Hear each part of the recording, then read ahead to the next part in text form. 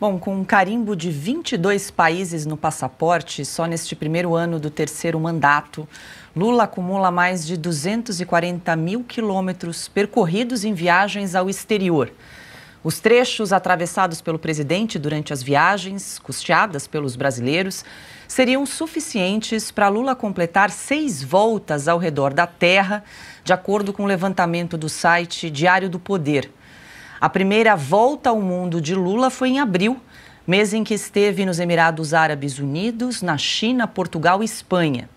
Sempre hospedado em hotéis de luxo mundo afora, em 12 meses, Lula passou 62 dias fora do Brasil. Alexandre, eu quero te ouvir. Inclusive, esse foi o tema do seu artigo da semana passada aqui da Revista Oeste, né, Alexandre? Vou até pedir para a gente exibir aqui na tela, tá aí então, ó, o viajante do Planalto.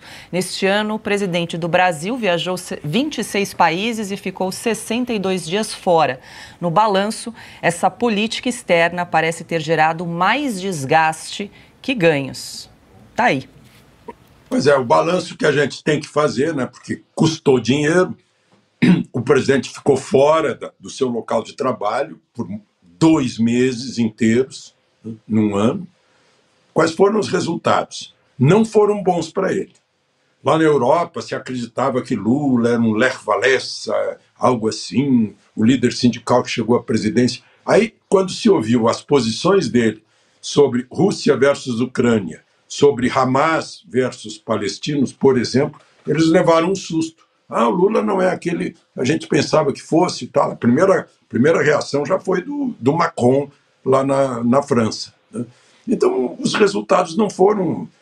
Os americanos estão horrorizados com a história. Já no início de governo, deixa entrar no porto do Rio de Janeiro 2 vasos de guerra iranianos, que no passado participaram de atos terroristas, segundo a ONU. Né? Depois tenta vender uma imagem de democrata, de defensor dos direitos humanos de Maduro. Né? Os americanos ficaram horrorizados também. Então, acho que não funcionou muito viajar tanto assim. Né?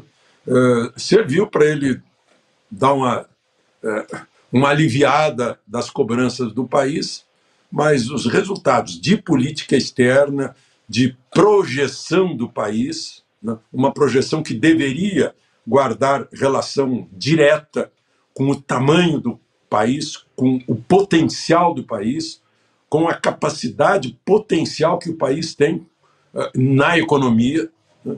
gerar mais negócios e, sobretudo, gerar investimentos estrangeiros que criem empregos no Brasil, investimento de risco. É difícil, porque como é que o sujeito vai arriscar investimento num país em que não há segurança jurídica?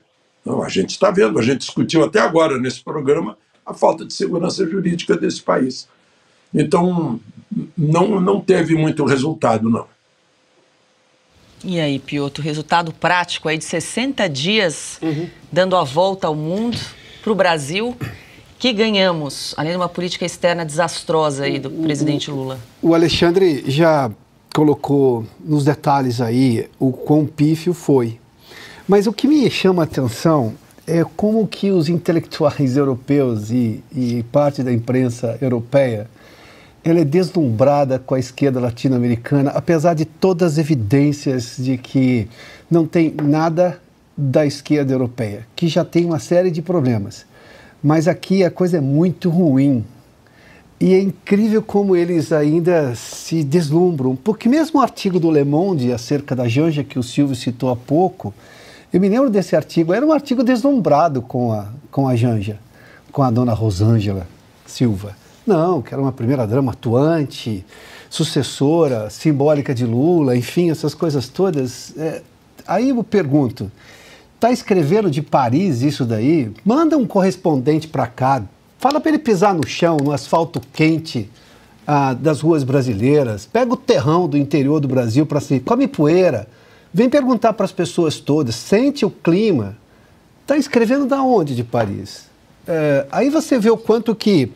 Eu confesso que quando eu era um jovem jornalista, ainda na faculdade, e eu lia tudo que vinha da imprensa estrangeira com avidez e com uma certa admiração, mas é claro que eu, por obra da dona Toninha, do seu Sérgio, da dona Tereza e da dona Beatriz, além da minha tia, que foi minha professora informal antes de eu entrar no primeiro ano de escola, eu aprendi a interpretar texto. Eu devo a esses professores o meu início de interpretação de texto. Aí eu vi que tinha tanta bobagem escrita por intelectuais franceses.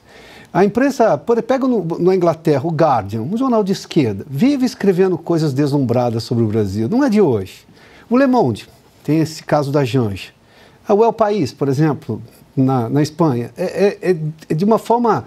Tem um jornal alemão também que faz isso com muita frequência, só não estou me lembrando aqui. Mas, enfim, o que falta para essa gente europeia voltar a pôr o pé no chão? Porque eles não conseguem resolver sequer os problemas europeus. E olha que eles conhecem a realidade, quer dizer, supõe-se.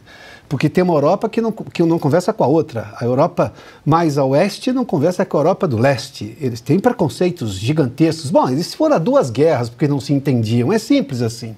Né? Dá muito claro. A Segunda Guerra é um resultado de uma Primeira Guerra mal resolvida e que levou o mundo inteiro naquela tragédia toda que foi a Segunda Guerra Mundial.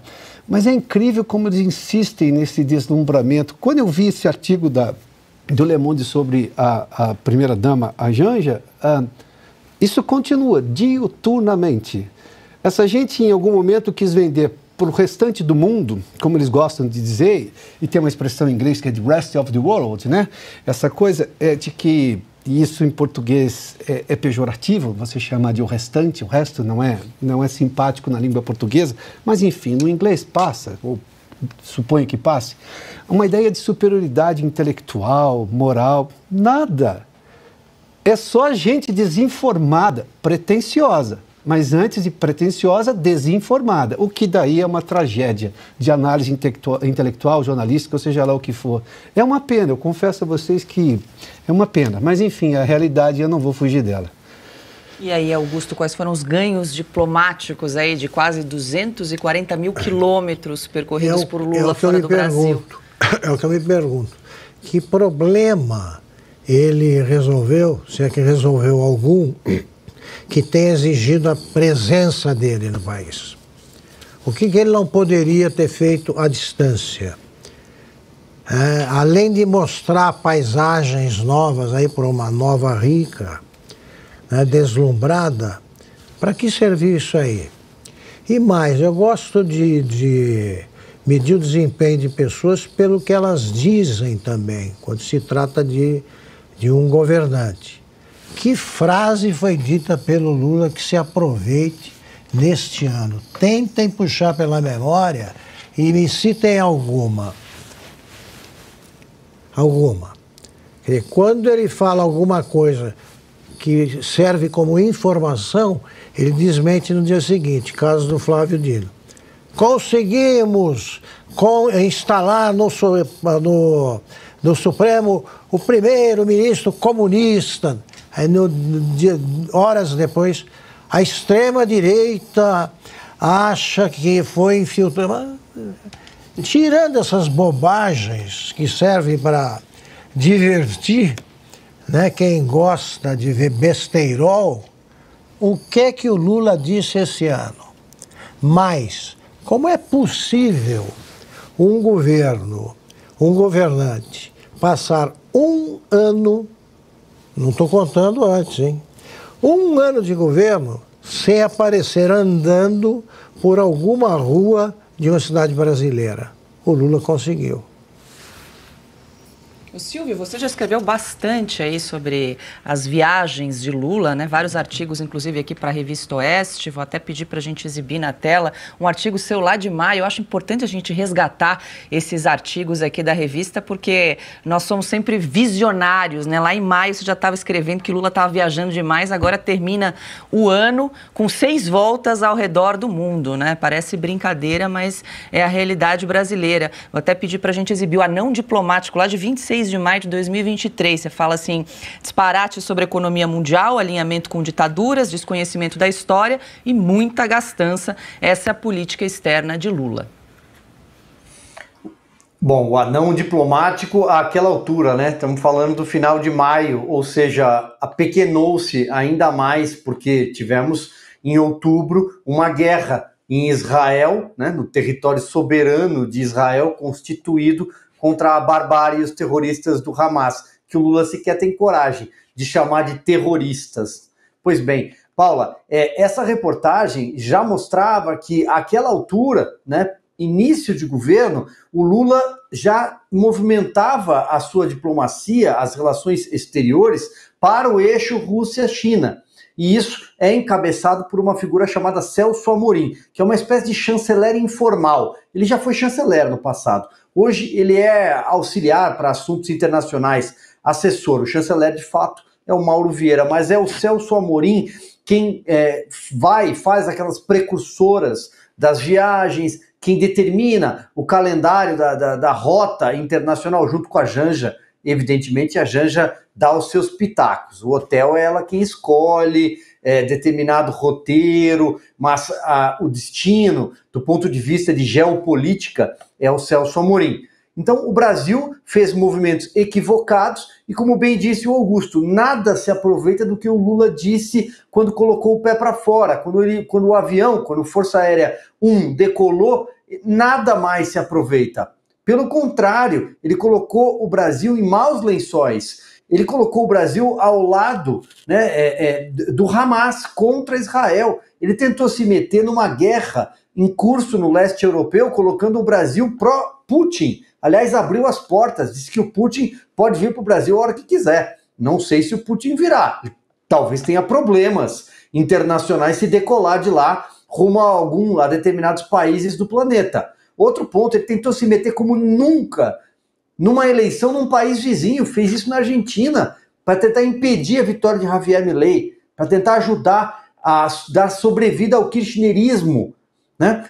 Ele mandou marqueteiros, ele botou dinheiro na Argentina para tentar interferir, perdeu. Então veja, sem contar a reabilitação do discurso pró-Foro de São Paulo. Ah, não tem no Foro de São Paulo, lembra? É conto da carochinha, como eles diziam. Não, a reunião foi no Brasil, em Brasília. Aliás, a secretária-geral do Foro, a Mônica, ela é mulher do Delúbio Soares, se lembra? O primeiro tesoureiro dos escândalos do PT, lá na época do Mensalão. Então, todos os movimentos não foram só equivocados, são perigosos, porque coloca o Brasil numa situação muito ruim do ponto de vista geopolítico, especialmente contra os Estados Unidos. Ele conseguiu criticar o dólar como moeda corrente internacional. Ele achou que era dono do Banco dos BRICS, um banco de fomento que tem parceiros como Índia, Rússia e África do Sul. Isso vai custar muito caro, essa conta um dia vai chegar. Israel talvez um dia cobre, por ter sido chamado de um país genocida, por Lula ter ficado do lado de terroristas contra um Estado soberano. A gente não sabe o que vai acontecer na eleição dos Estados Unidos no ano que vem. Mas, ao que parece, o vento lá não é favorável para a esquerda, não.